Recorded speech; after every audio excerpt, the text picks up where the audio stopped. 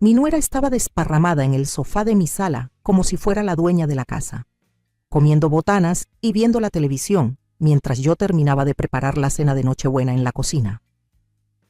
Había pasado todo el día cocinando tamales, pozole, el pavo, los romeritos, todo lo que a mi familia le gustaba. Mis manos temblaban de cansancio mientras decoraba el último plato cuando escuché la puerta abrirse. Era mi hermano Ricardo, que llegaba con las manos llenas de regalos envueltos en papel dorado y rojo. Sus ojos recorrieron la sala buscándome y su rostro se llenó de confusión al no encontrarme de inmediato. Entonces lo escuché gritar desde la entrada con voz alarmada: «¿Dónde está tu mamá?». Mi hijo Sebastián salió del cuarto con una sonrisa burlona en el rostro y respondió con un tono tan frío que me heló la sangre. La mandé a la calle. No servía para nada aquí. Necesitábamos el espacio. El silencio que siguió fue ensordecedor. Mi hermano dejó caer los regalos al piso y caminó lentamente hacia Sebastián. Yo salí de la cocina en ese momento con el delantal todavía puesto, las lágrimas rodando por mis mejillas. Mi nuera ni siquiera se movió del sofá. Simplemente me miró con desprecio y siguió comiendo como si nada. Pero lo que ninguno de ellos sabía era que mi hermano Ricardo no era un hombre cualquiera. Era un juez recién jubilado, un hombre que había pasado 40 años de su vida combatiendo las injusticias, conocido en todo el estado por no dejar pasar ni una sola falta a la ley o a la dignidad humana. Vi cómo sus ojos se oscurecieron de una forma que solo había visto una vez antes, cuando alguien había intentado estafarme años atrás. Sacó su teléfono celular del bolsillo y marcó un número. La llamada duró menos de 30 segundos. Solo dijo: «Ya llegué. Necesito que vengas ahora mismo a esta dirección», y después colgó. Mi hijo y mi nuera se miraron entre ellos con una sonrisa nerviosa, sin entender todavía la magnitud de lo que acababa de desencadenar. Sebastián incluso se atrevió a decirle a mi hermano: «Tío, no te metas en esto, son asuntos de mi casa». Ricardo no respondió, simplemente se quedó parado en medio de la sala, mirándolos fijamente con esa mirada de juez que había hecho temblar a los peores criminales. 10 minutos después sonó el timbre. Lo que pasó a continuación convirtió su Navidad en la peor pesadilla que jamás hubieran imaginado. Sigue mi historia hasta el final y comenta la ciudad desde donde me estás viendo para saber qué tan lejos ha llegado mi relato. Mi nombre es Mercedes del Carmen Ruiz y tengo 68 años. Nací en un pueblito de Guanajuato donde aprendí desde niña que una mujer debe sacrificarse por su familia, que el amor de madre no conoce límites y que los hijos son la bendición más grande que Dios nos puede dar. Durante 45 años creí eso con cada fibra de mi ser. Me casé joven, a los 19 años, con Alberto, un hombre trabajador que manejaba camiones de carga por todo el país. Quedé embarazada de Sebastián a los pocos meses de casada y desde ese momento mi vida entera giró alrededor de ese niño. Alberto pasaba semanas fuera de casa por su trabajo, así que fui yo quien crió a Sebastián prácticamente sola. Me levantaba a las 5 de la mañana para prepararle el desayuno antes de la escuela. Planchaba su uniforme cada noche para que siempre se viera impecable. Lo ayudaba con sus tareas hasta altas horas de la madrugada. Cuando Alberto tuvo el accidente en la carretera a Monterrey y quedó con una pierna destrozada, fue mi turno de sostener la casa. Empecé a vender tamales por las mañanas y a limpiar casas por las tardes. Mis manos se llenaron de callos, mi espalda comenzó a dolerme todo el tiempo, pero nunca me quejé porque mi hijo necesitaba continuar sus estudios. Sebastián era inteligente, sacaba buenas calificaciones y yo soñaba con verlo convertido en un profesionista, alguien que tuviera una vida mejor que la nuestra. Vendí las pocas joyas que tenía, incluido el anillo de bodas de mi abuela, que era lo único de valor que me quedaba, para pagar su universidad. Trabajé doble turno durante 6 años para que no le faltara nada, para que tuviera sus libros, su computadora, su ropa, su celular. Alberto me decía que lo estaba malcriando, que el muchacho debería trabajar y estudiar como hacen la mayoría, Pero yo no quería que sufriera, no quería que conociera las dificultades que yo había conocido. Quería darle todo lo que yo nunca tuve. Los fines de semana que venía a casa de la universidad, yo le preparaba todos sus platillos favoritos. Cocinaba desde el viernes en la noche para tener todo listo, su mole preferido, sus enchiladas verdes, el arroz con leche que le encantaba. Lavaba toda su ropa, se la planchaba, la doblaba con cuidado. Él solo llegaba a comer y a dormir. Casi no conversábamos. Siempre estaba ocupado con su teléfono o saliendo con sus amigos. Cuando conoció a Daniela en su último año de universidad, sentí que algo cambiaba. Ella venía de una familia con dinero. Su padre tenía varios negocios en la ciudad. La primera vez que vino a casa, vi cómo miraba nuestra humilde sala con desprecio, cómo arrugaba la nariz cuando le ofrecí café en nuestras tazas despostilladas. Pero Sebastián parecía fascinado con ella, así que yo callé mis preocupaciones. Alberto falleció de un infarto 2 meses antes de que Sebastián se graduara. Mi hijo apenas vino al funeral. Se quedó solo un día y regresó a la ciudad porque tenía exámenes finales. Recuerdo que lloré sola junto al ataúd de mi esposo esa noche, preguntándome si tanto sacrificio había valido la pena.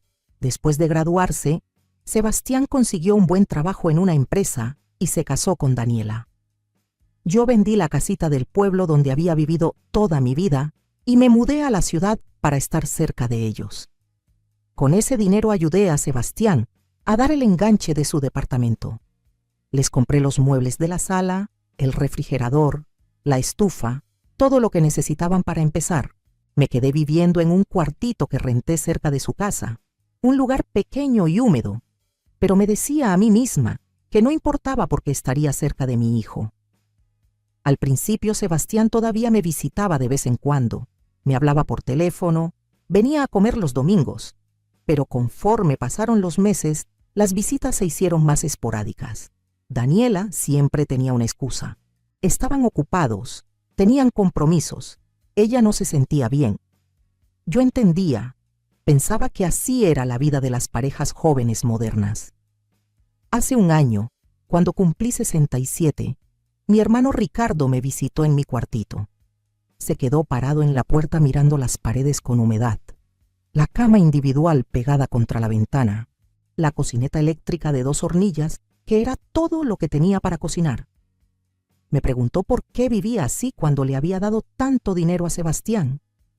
Le dije que mi hijo necesitaba ese dinero más que yo, que estaba construyendo su futuro. Ricardo negó con la cabeza y me dijo: Mercedes, ese muchacho te está usando y esa mujer que tiene es una víbora.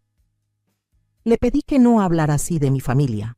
3 meses después me enfermé de los bronquios, una infección terrible que me tuvo en cama durante 2 semanas. Le marqué a Sebastián, pero nunca contestó mis llamadas. Le mandé mensajes de texto diciéndole que me sentía muy mal, que necesitaba que me llevara al doctor. Respondió 3 días después diciendo que había estado muy ocupado en el trabajo. Fue mi vecina, doña Lupita, una señora mayor que apenas podía caminar por su artritis, quien me llevó a la clínica del Seguro Social. Cuando finalmente Sebastián vino a verme una semana después, solo fue para pedirme dinero prestado. Dijo que Daniela quería remodelar la cocina del departamento y que necesitaban 50,000 pesos. Le dije que ya no tenía ahorros, que había gastado todo en sus estudios y en ayudarlos con el departamento. Se enojó tanto que azotó la puerta al salirse. Pasaron 4 meses sin que supiera nada de él. En mayo Daniela quedó embarazada y Sebastián me habló para darme la noticia. Sentí que mi corazón se llenaba de alegría. Pensé que un bebé los acercaría nuevamente a mí, que volvería a ser parte de su vida. Me ofrecía ayudarlos con todo lo que necesitaran.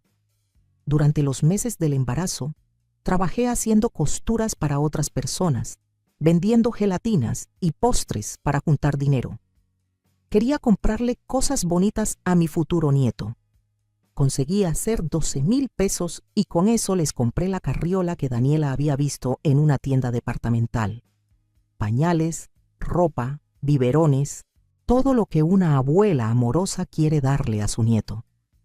Cuando llevé las cosas al departamento, Daniela apenas me dio las gracias.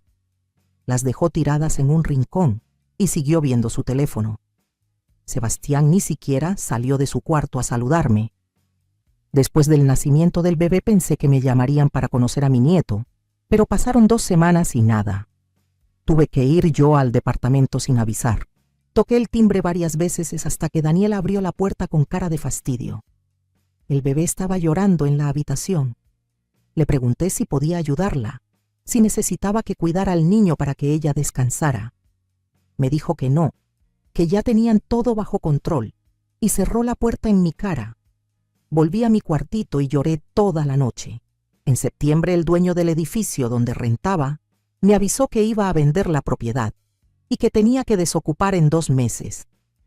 Entré en pánico, porque con mi edad y mis pocos ingresos sería muy difícil encontrar otro lugar. Le marqué a Sebastián llorando, explicándole mi situación. Hubo un largo silencio del otro lado de la línea y luego dijo: «Aguántame, voy a hablar con Daniela». Me llamó 2 días después y me dijo que podía irme a vivir con ellos temporalmente mientras encontraba algo. Sentí un alivio tan grande que no presté atención a la frialdad en su voz. Empaqué mis pocas pertenencias en 3 cajas de cartón y me mudé a su departamento en noviembre.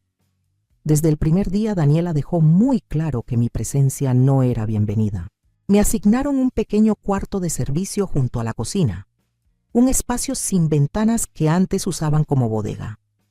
Había cajas apiladas hasta el techo y apenas cabía el colchón inflable que Sebastián puso en el piso para mí. No me quejé, agradecí tener un techo. Les dije que para ganarme mi lugar yo haría todos los quehaceres de la casa: cocinaría, limpiaría, cuidaría al bebé, lo que necesitaran. Daniela sonrió por primera vez y dijo: «Perfecto, porque justo estaba pensando en contratar a alguien para que haga todo eso». Así comenzó mi pesadilla. Me levantaba a las 6 de la mañana para preparar el desayuno de Sebastián antes de que se fuera al trabajo. Luego limpiaba toda la casa, lavaba la ropa, planchaba, hacía las compras.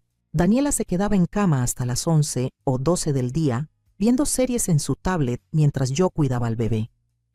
Cuando la criatura lloraba en la noche, Daniela golpeaba la pared y gritaba: «Mercedes, cállalo».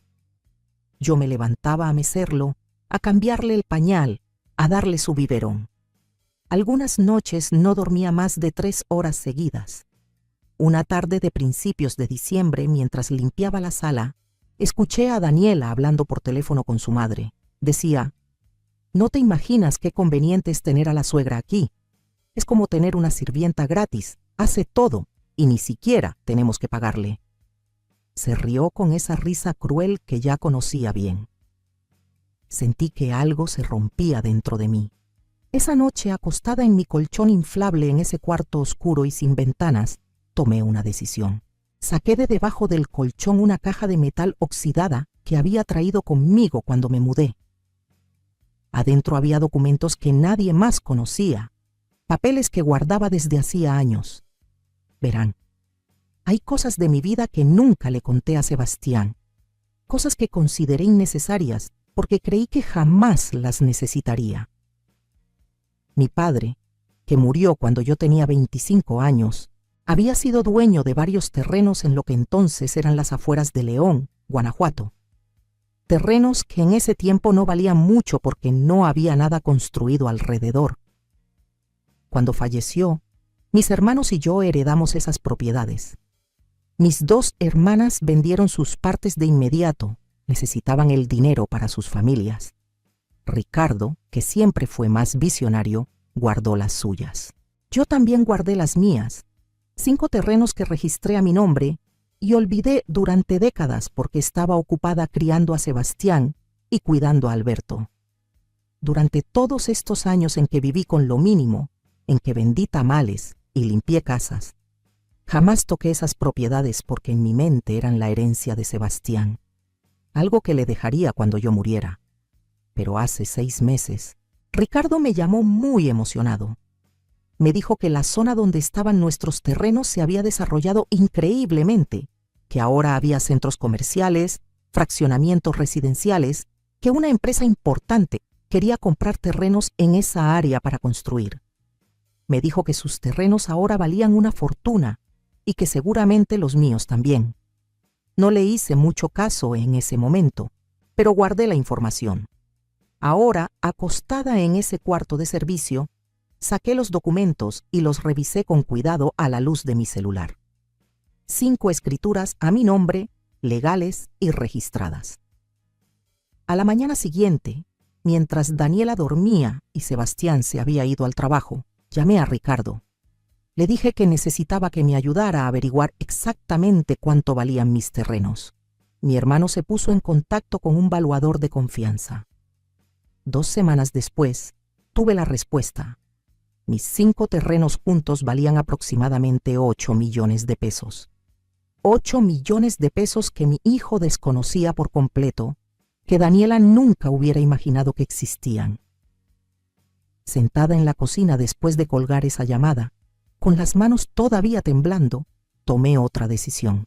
No le diría nada a Sebastián sobre esto. Observaría, esperaría, y vería si todavía quedaba algo del hijo amoroso que yo había criado, o si ese hombre se había convertido en alguien que no merecía mi sacrificio. La respuesta llegó más rápido de lo que esperaba. 2 días después de recibir la noticia sobre el valor de mis terrenos, Daniela me ordenó que limpiara su closet completo porque quería reorganizar su ropa. Pasé 6 horas arrodillada sacando zapatos, doblando ropa, limpiando cada rincón. Cuando terminé, con la espalda destrozada y las rodillas hinchadas, ella entró al cuarto. Miró por 3 segundos y dijo: «No, así no me gusta. Hazlo todo de nuevo, pero ahora acomoda por colores». Quería gritarle, quería decirle todo lo que pensaba, pero me mordí la lengua y simplemente asentí. Mientras volvía a sacar toda la ropa, sonreí para mis adentros pensando en los documentos escondidos debajo de mi colchón. Esa misma noche Sebastián llegó del trabajo de mal humor. Ni siquiera me saludó. Daniela le dijo que la cena que yo había preparado, un pollo en mole que había tardado 3 horas en cocinar, se veía asquerosa. Sebastián probó un bocado y lo escupió en el plato diciendo que sabía horrible, que yo ya estaba muy vieja y que hasta para cocinar servía. Tiró su plato en el fregadero con tanta fuerza que se rompió. Les pedí disculpas con la cabeza agachada, recogí los pedazos de plato y me fui a mi cuarto. Pero en lugar de llorar como hubiera hecho antes, saqué mi celular y le mandé un mensaje a Ricardo: «Necesito tu ayuda para vender los terrenos, lo más pronto posible». Mi hermano me llamó de inmediato preguntando qué había pasado, si estaba bien. Le dije que estaba perfecta, que nunca había estado mejor, pero que necesitaba su discreción absoluta. Ricardo entendió sin que le explicara más. Al día siguiente, mientras Sebastián trabajaba y Daniela se fue al salón de belleza, dejándome cuidando al bebé, Ricardo vino al departamento. Trajo consigo a un notario de confianza y a un comprador interesado en mis terrenos. Firmamos todos los papeles preliminares en la mesa del comedor, la misma mesa donde cada noche me hacían sentir que no valía nada. El comprador, un empresario serio de unos 50 años, me explicó que podía pagarme la mitad del dinero de inmediato y la otra mitad en 30 días, una vez que se completaran todos los trámites legales. Acepté. 3 días después, tenía depositados en mi cuenta bancaria 4 millones de pesos. 4 millones de pesos que me convertían en una mujer con más dinero del que Sebastián ganaría en toda su vida trabajando. Pero no dije nada. No cambió mi comportamiento. Seguí levantándome temprano, cocinando, limpiando, aguantando sus desprecios. Solo que ahora cada insulto me resbalaba. Cada orden me daba risa por dentro. Cuando Daniela me gritaba por no doblar las toallas exactamente como a ella le gustaba, yo asentía sumisa mientras pensaba en el departamento frente al mar en Puerto Vallarta que había visto en internet y que podía comprar al contado si quisiera. Cuando Sebastián se quejaba de que era una carga en su casa, Yo bajaba la mirada mientras recordaba el saldo de mi cuenta bancaria. Ricardo venía a visitarme seguido con la excusa de ver a su sobrino. Daniela lo toleraba porque mi hermano siempre traía regalos caros para el bebé. Lo que ella no sabía era que en esas visitas Ricardo y yo planeábamos cada detalle de lo que vendría. Le conté todo, cada humillación, cada maltrato, cada palabra cruel. Mi hermano estaba furioso, pero le pedí que no interviniera todavía, que esperara el momento perfecto. Ese momento llegaría en Navidad. Le pedí a Ricardo que organizara una cena de Nochebuena en casa de Sebastián, que él traería el pavo, los regalos, y que haría como si fuera una reunión familiar normal. Sebastián aceptó encantado porque mi hermano, siendo un juez jubilado respetado, le daba cierto estatus tenerlo de visita. Daniela estuvo de acuerdo porque significaba regalos caros y la oportunidad de presumir su departamento. Lo que ninguno de los dos sabía era que Ricardo también invitaría a otras personas esa noche, personas cuya presencia cambiaría todo. Los últimos días antes de Navidad fueron especialmente crueles. Daniela me hizo limpiar toda la casa 3 veces porque quería que estuviera impecable para la visita de Ricardo. Me tuvo de pie hasta las 2 de la mañana puliendo cada centímetro de la cocina. El día 23, Sebastián me dijo que en realidad yo no debería estar presente en la cena de Navidad, porque era un evento familiar y yo era solo la ayuda. Daniela se rió y añadió: «Además, Mercedes, con esa ropa vieja que usas, nos vas a dar vergüenza frente a tu hermano». Le pregunté a Sebastián si hablaba en serio, si de verdad me estaba diciendo que no podía estar en la cena de Navidad con mi propia familia. Me miró con esos ojos fríos que ya no reconocía y dijo: «Ya escuchaste, no queremos que estés aquí mañana en la noche. Vete a dar una vuelta por ahí, regresa tarde cuando ya todos se hayan ido». Esa noche llamé a Ricardo y le conté lo que habían dicho. Escuché cómo respiraba profundamente tratando de controlar su ira. Entonces me dijo: «Mercedes, mañana vas a hacer exactamente lo que te voy a decir». La tarde del 24 de diciembre me levanté temprano como siempre y preparé toda la comida para la cena. Tamales de pollo y de puerco, pozole rojo, pavo relleno, romeritos, ensalada de manzana, ponche de frutas, todo desde cero. Daniela bajó a la cocina al mediodía, probó el pozole y dijo que le faltaba sal, que todo lo hacía mal. Yo sonreí y le agregué más sal. A las 5 de la tarde, cuando ya todo estaba listo y la mesa puesta con el mantel navideño que yo misma había bordado años atrás, Sebastián entró a la cocina y me dijo: «Ya vete, Ricardo va a llegar en 1 hora y no queremos que estés aquí». Me quité el delantal lentamente, me lavé las manos y caminé hacia mi cuarto. Daniela ya estaba desparramada en el sofá de la sala, con unos pants deportivos carísimos y comiendo botanas directamente de la bolsa, dejando migas por todos lados. Había pasado todo el día en el salón haciéndose las uñas y el cabello mientras yo cocinaba. Tomé mi bolsa, mi suéter y salí del departamento sin decir palabra. Pero no me fui lejos. Bajé al estacionamiento y me subí al coche de Ricardo, que ya estaba esperándome ahí según lo planeado. Nos estacionamos en la calle de enfrente, con vista a la entrada del edificio. A las 6 en punto vimos llegar a Ricardo con las manos llenas de bolsas de regalos envueltos en papel dorado y rojo. Subió al departamento. Desde el coche no podíamos escuchar lo que pasaba adentro, pero Ricardo me había prometido que grabaría todo en su teléfono. 10 minutos después, vi llegar el coche que estábamos esperando. Se estacionó justo frente al edificio. De él bajaron 2 mujeres que reconocí inmediatamente: la licenciada Miriam Torres, abogada especialista en derecho familiar que Ricardo me había presentado la semana anterior, y la trabajadora social del DIF, que había aceptado venir como testigo de la situación. Subieron juntas al departamento. Mi teléfono vibró con un mensaje de Ricardo: «Ya están aquí, subí tú también». Con las piernas temblando pero el corazón firme, bajé del coche y entré al edificio. Subí en el elevador respirando profundo. Cuando llegué al piso, la puerta del departamento estaba abierta. Entré y la escena que vi Me habría parecido cómica si no fuera tan triste. Sebastián estaba pálido como un fantasma. Daniela se había levantado del sofá y miraba a las dos mujeres desconocidas con confusión y miedo. Ricardo estaba parado en medio de la sala con su teléfono en la mano, todavía grabando. Cuando me vio entrar, dijo en voz alta: «Aquí está ella, aquí está mi hermana a la que ustedes corrieron de su propia cena de Navidad». La trabajadora social me miró con compasión. La licenciada Miriam sacó una grabadora de su bolsa y la puso sobre la mesa. Sebastián tartamudeó: «¿Qué está pasando aquí? ¿Quiénes son estas personas?». Ricardo se acercó a él lentamente y dijo: «Te voy a decir exactamente qué está pasando. Estas personas son testigos de cómo has tratado a tu madre durante meses.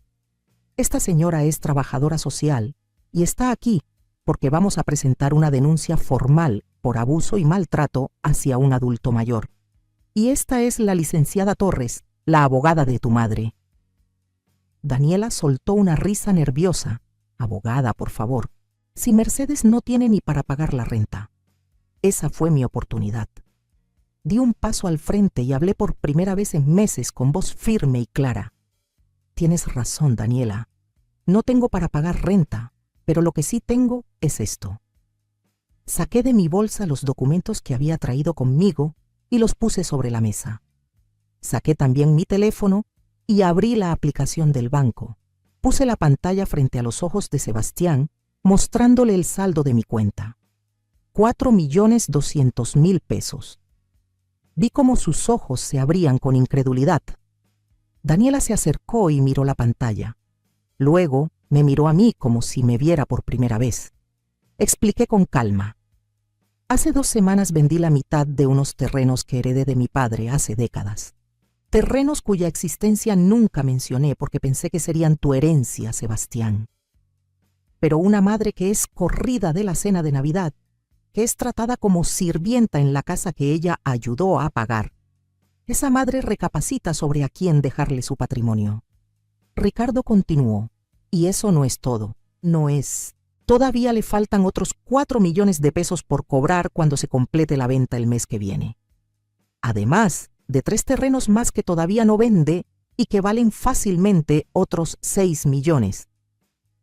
Tu madre, a la que llamaste inútil, a la que corriste como si fuera basura, tiene más dinero del que tú verás en toda tu vida». El silencio que siguió fue absoluto. Vi cómo Sebastián hacía cuentas mentalmente, cómo su cara pasaba de la incredulidad a la comprensión y luego al pánico absoluto. Daniela también estaba haciendo cuentas, y en sus ojos vi algo que nunca había visto antes: miedo. La licenciada Miriam tomó la palabra. «Señora Mercedes ha documentado cada maltrato, cada humillación, cada abuso verbal. Su hermano, el juez Cortés, me ha mostrado videos y grabaciones. Tenemos testimonios de vecinos. Esto es suficiente para proceder legalmente». Sebastián trató de acercarse a mí. «Mamá, yo no. Nosotros no sabíamos. Si hubiéramos sabido». Lo interrumpí. «Si hubieran sabido qué, hijo. Si hubieran sabido que tengo dinero, me habrían tratado diferente. El respeto y el amor se compran con dinero. ¿Soy tu madre solo cuando te sirvo para algo?». Las lágrimas corrían por mi cara, pero esta vez no eran lágrimas de tristeza, sino de liberación. Ricardo puso su mano en mi hombro. «Mercedes ya no vive más aquí. Se viene conmigo esta noche. Y antes de que salga, quiero que sepas, Sebastián, que tu madre gastó hasta el último centavo que tenía en darte una educación. Vendió las joyas de su abuela. Trabajó hasta destruirse la salud. ¿Y así le pagas?». La trabajadora social añadió: «Voy a incluir en mi reporte que también hay un menor de edad en este hogar y que me preocupa el ambiente en el que está creciendo». Daniela palideció al escuchar esto. «No, no pueden quitarme a mi hijo. Nadie va a quitarte nada», dijo la licenciada Miriam, «siempre y cuando demuestren que pueden ser mejores personas y mejores padres. Esta es su advertencia». Esa noche me fui del departamento de Sebastián con las pocas pertenencias que tenía, con mi dignidad restaurada y con mi hermano sosteniéndome del brazo. No miré atrás. Me quedé en casa de Ricardo las primeras semanas mientras decidía qué hacer con mi vida y mi futuro. Sebastián me llamó todos los días durante el primer mes. Al principio eran llamadas llenas de excusas y justificaciones. Después se volvieron súplicas llorosas pidiéndome perdón. Luego intentó la manipulación emocional, que su hijo me necesitaba, que él me necesitaba, que Daniela estaba arrepentida. Contesté algunas llamadas, escuché lo que tenía que decir, pero no regresé. En enero, cuando recibí los otros 4 millones de pesos de la venta completa de los terrenos, tomé decisiones importantes sobre mi futuro. Primero compré un departamento precioso de 2 habitaciones en una zona tranquila de Querétaro, cerca de Ricardo, pero con mi propia independencia. Tiene una terraza con vista a las montañas donde puse plantas y donde tomo mi café cada mañana viendo el amanecer. Por primera vez en mi vida, tengo un espacio que es completamente mío, decorado a mi gusto, lleno de luz y paz. Contraté a la licenciada Miriam para que manejara todos mis asuntos legales. Hicimos un testamento muy claro donde especifiqué exactamente a dónde iría mi dinero cuando yo falleciera. La mayor parte será para organizaciones que ayudan a mujeres mayores en situación de abuso y vulnerabilidad. Una parte menor quedará en un fideicomiso para mi nieto, pero Sebastián no podrá tocarlo hasta que el niño cumpla 25 años. Para Sebastián directamente, dejé exactamente la misma cantidad que yo tenía cuando él me corrió de su casa. Nada. En marzo, Ricardo me convenció de que tomara unas vacaciones de verdad, algo que nunca había hecho en mi vida. Me fui sola a Puerto Vallarta por 2 semanas. Caminé por la playa al amanecer, leí libros en una hamaca, comí en restaurantes bonitos, tomé clases de pintura. Una tarde, sentada frente al mar con los pies en la arena, me di cuenta de que no había pensado en Sebastián en días enteros. Me di cuenta de que era feliz, genuinamente feliz, por primera vez en décadas. Conocí a un grupo de mujeres de mi edad que también viajaban solas y nos hicimos amigas. Ellas también tenían historias de hijos ingratos, de sacrificios no valorados, de años perdidos viviendo para otros. Juntas hicimos un pacto: vivir el resto de nuestras vidas para nosotras mismas. En mayo, Sebastián apareció en la puerta de mi nuevo departamento. Se veía demacrado, más delgado, con ojeras profundas.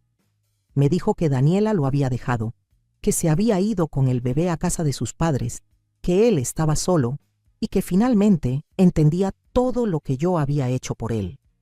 Lloró en mi sala pidiéndome perdón, pidiéndome que lo ayudara una vez más. Lo escuché en silencio. Cuando terminó de hablar, le serví un vaso de agua y le dije: Sebastián, te voy a decir algo que necesitas escuchar.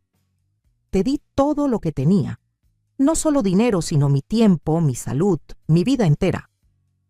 Lo hice por amor, pero también lo hice mal, porque te enseñé que podías tomar sin dar nada a cambio, que mi valor como persona dependía de lo que pudiera hacer por ti. Eso fue mi error como madre.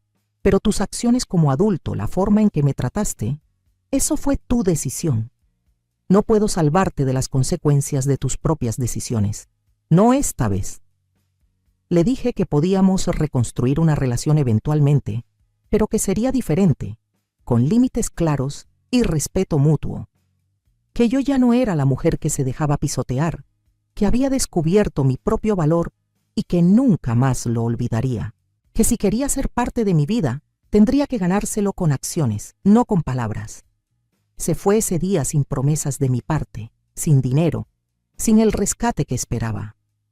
Supe después por Ricardo que consiguió un segundo trabajo para poder pagar solo el departamento, que está yendo a terapia, que está intentando recuperar a su familia. No sé si lo logrará, pero esa ya no es mi responsabilidad.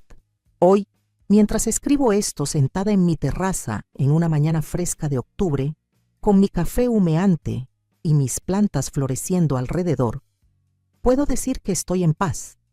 Tengo 68 años y finalmente aprendí que amarme a mí misma no es egoísmo, es supervivencia. que poner límites no es crueldad, es respeto propio, que los hijos no son proyectos en los que invertir toda tu identidad, son personas separadas que tomarán sus propias decisiones y vivirán sus propias consecuencias. Sebastián y yo hablamos una vez al mes ahora. Las conversaciones son cordiales pero distantes. Me cuenta de su vida, yo le cuento de la mía. Todavía no he conocido en persona a mi nieto desde que me fui, y eso duele, pero entiendo que es parte del proceso. Daniela no me ha dirigido la palabra desde aquella Navidad, y no espero que lo haga. He invertido parte de mi dinero en un pequeño negocio de repostería con 2 de las amigas que conocí en Puerto Vallarta. Hacemos pasteles y postres gourmet que vendemos a cafeterías y restaurantes. No lo hago por necesidad, sino por placer, porque descubrí que me encanta crear cosas bellas con mis manos cuando no estoy agotada y resentida. El resto de mi tiempo lo paso viajando, leyendo, tomando clases de cosas que siempre quise aprender. Inglés, computación, historia del arte. Salgo a caminar cada tarde con un grupo de adultos mayores del vecindario. Voy al cine sola los martes porque hay descuento. Cocino solo cuando quiero y solo lo que me gusta a mí. Vivo, finalmente, para mí misma. Ricardo dice que estoy irreconocible, que parezco 10 años más joven, que mis ojos brillan de una forma que no veía desde que éramos niños. Tiene razón. Es increíble lo que sucede cuando dejas de cargar el peso de las expectativas de otros, cuando dejas de medirte por cuánto puedes sacrificar. La trabajadora social cerró el caso después de verificar que yo estaba bien y que el bebé no estaba en peligro. La licenciada Miriam se volvió mi amiga además de mi abogada. Me invita a cenar con su familia, me incluye en reuniones con otras mujeres que han pasado por situaciones similares. He descubierto una comunidad entera de mujeres de mi edad que también están reescribiendo sus vidas después de años de dar sin recibir. A veces, en las noches tranquilas, pienso en aquella Nochebuena cuando estaba arrodillada en mi cuartito oscuro sin ventanas, sintiéndome invisible e inútil. Pienso en cómo el descubrir mi propio valor, literalmente y figurativamente, cambió el curso de mi vida. No fue el dinero lo que me salvó, fue la revelación de que yo merecía más, de que mi vida tenía valor más allá de lo que pudiera hacer por otros. El dinero solo me dio la libertad de actuar según esa revelación.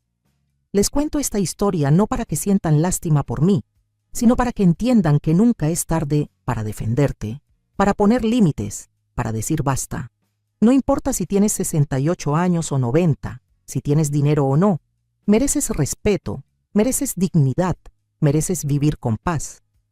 Y si tienes hijos a los que les has dado todo, recuerda esto: amarlos no significa desaparecer tú.